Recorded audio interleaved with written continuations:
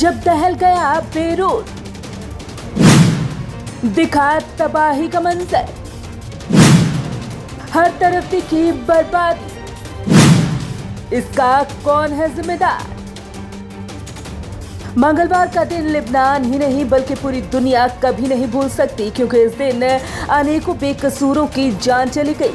Video social media पर साफ देखी जा रही है। धमाके की वीडियोस देखकर उसे बयां करना काफी मुश्किल है। बस इतना निश्चित है कि इन धमाकों को देखने के बाद आपकी रूह कांप उठेगी और आप भी बेरूत की धरती की तरह कांपने लगेंगे। मंजर ऐसा नजर आ रहा है मानो किसी युद्ध के बाद की तबाही हो। धमाका कितना भीषण था इसका अंदाजा इसी बात से लगाया जा सकता है कि लेबनान का ये बेरूत शहर मानो तबाह ही हो गया।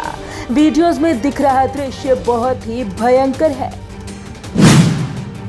हर तरफ बर्बादी। बुधवार की सुबह यहाँ किसी जंग के बाद जैसा दृश्य था। हर तरफ बर्बादी और बारूद की गंध थी। धुआं अब भी उठ रहा था। धमाके के आसपास की अनगिनत इमारतें तबाह हो चुकी हैं। स्थानीय मीडिया के अनुसार धमाके के बाद अस्पतालों में अफरा तफरी की स्थिति पैदा हो गई।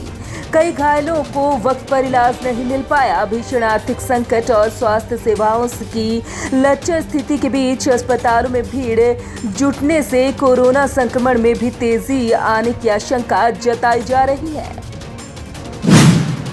तेजी से बढ़ रहा मरने वालों का आंकड़ा। बेरूत में ब्लास्ट को लेकर मरने वालों का आंकड़ा तेजी से बढ़ रहा है। मरने वालों की गिनती करीब 150 तक पहुंच गई है। 5000 से ज्यादा लोग बुरी तरह से जख्मी हो गए हैं। धमाका इतना जबरदस्त था कि कई किलोमीटर के दायरे में घरों के पड़खच्चे उड़ गए। बेरूत बंदरगाह के वेयरहाउस में करीब 2750 टन अमोनियम नाइट्रेट रखा हुआ था और माना जा रहा है कि लापरवाही के चलते धमाका हो गया और सैकड़ों लोगों की जान चली गई। इस कारण हुआ धमाका।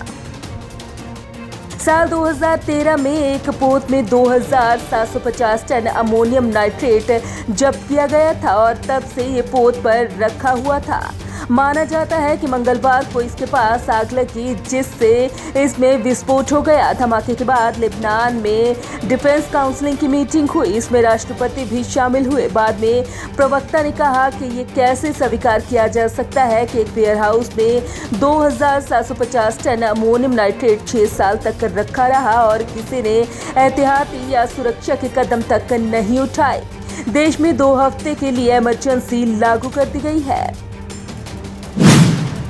हिरोशिमा धमाके की यादें हुई ताज़ा। इन धमाकों की वीडियोज और तस्वीरों ने साल 1945 में हिरोशिमा में हुए परमाणु हमले की यादों को ताज़ा कर दिया है। चश्मदीदों ने तो यहाँ तक कहा है कि बेरूत में हुआ धमाका कोई साधारण धमाका नहीं बल्कि परमाणु बम का धमाका था जिसने पूरे शहर की धरती को हिलाकर रख दिया।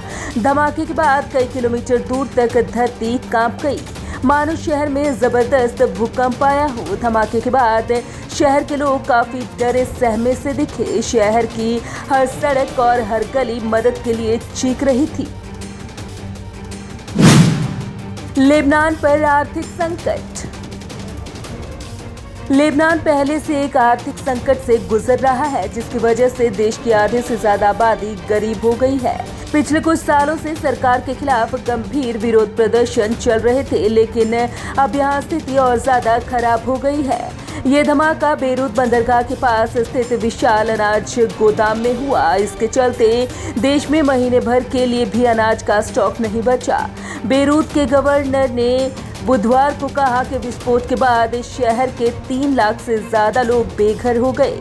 सभी को दूसरी जगह भेजा गया है। धमाके में $3 बिलियन यानी कि 22,540 करोड़ रुपए से ज्यादा का नुकसान हुआ है। मदद के लिए आगे आए देश। बेरूत में भीषण विस्फोट के एक दिन बाद दुनिया के कई देशों ने लेबनान की मदद का संकल्प जताया। ऑस्ट्रेलिया, इंडोनेशिया से लेकर यूरोप के कुछ देशों, अमेरिका और अन्य देशों ने मदद की पेशकश की। फ्रांस ने 2 विमानों के जरिए बुधवार को बेरूत के लिए मदद की सामग्री और बचाव दल के लोगों को भेजा। भारतीय एम्बेसी ने बेरूत में फंसे लोगों के लिए हेल्पलाइन नंबर जारी किया है। बेरूत में हुए धमाके को लेकर भारतीय दूतावास की तरफ से कहा गया है कि सभी संयम बनाए रखें। साथ ही अगर किसी भी भारतीय को मदद की जरूरत हो तो वो दूतावास के हेल्पलाइन नंबर पर संपर्क कर सकते हैं। वहीं विश्व स्वास्थ्य संगठन ने भी चिकित्सा उपकरणों को लेबनान के लिए भेजा है। Bureau report, Punjab Kesari group.